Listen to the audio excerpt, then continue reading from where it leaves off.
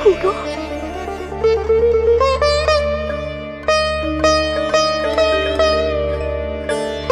লক্ষ্মী দিদি,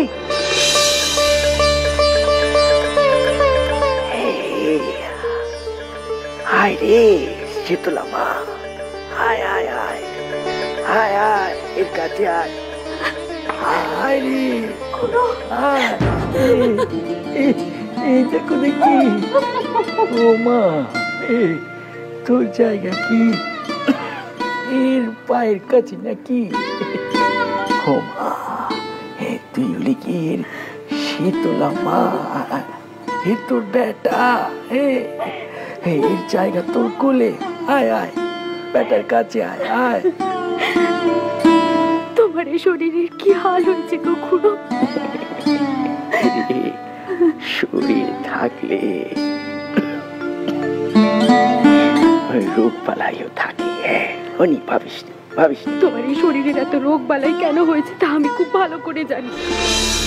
কি জানিস? সবাই রে অমৃত দে, তাদের দোষ রোগের পাপ সবকিছু নিজের ঘাড়ে টেনে নিয়েছ। তুমি কি ভাবছো এই লক্ষ্মীমণি কিচ্ছুটি বোঝেনি? সে সব বোঝে। কত লোকে কত দুষ্কর্ম করে এসে তোমারে ছুঁয়েছে, আর তাদের সমস্ত পাপ তুমি তোমার নিজের ঘাড়ে নিয়েছো। আজকে তারা সমস্ত পাপ মুক্ত হয়ে গেছে, কিন্তু তাদের পিছে তুমি জর্জরিত হয়েছো। ও বাবা, দেখো দেখি হলো কি, তুই তো মেলা কথা শিখেছিস না। একবারও খুড়ো, একবারও তুমি নিজের কথাটা ভাবলেনি গো? একবারও ভাবলেনি? লক্ষ্মী, এই যে সবার জ্বালা যন্ত্রণা পাতা সব বই নিয়ে যেতে চায় রে খুড়ো। হ্যাঁ রে লক্ষ্মী, হ্যাঁ। এই রোগী যদি কারো দুর্ভোগ কমে,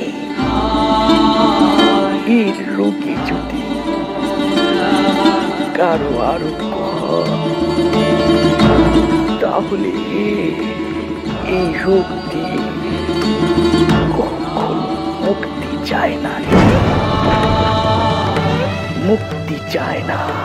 না খুড়ো, তুমি এমন কথা বলোনি খুড়ো, তুমি এমন কথা বলোনি খুড়ো, কথা বলোনি।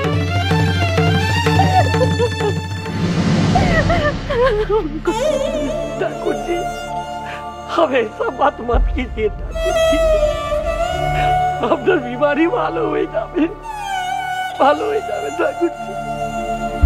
ওই লিটু, এত তোলা হুসনি রে, গুতলা হুসনি।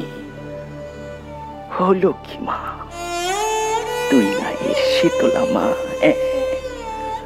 তোরে এত গুতলা হলে চলে?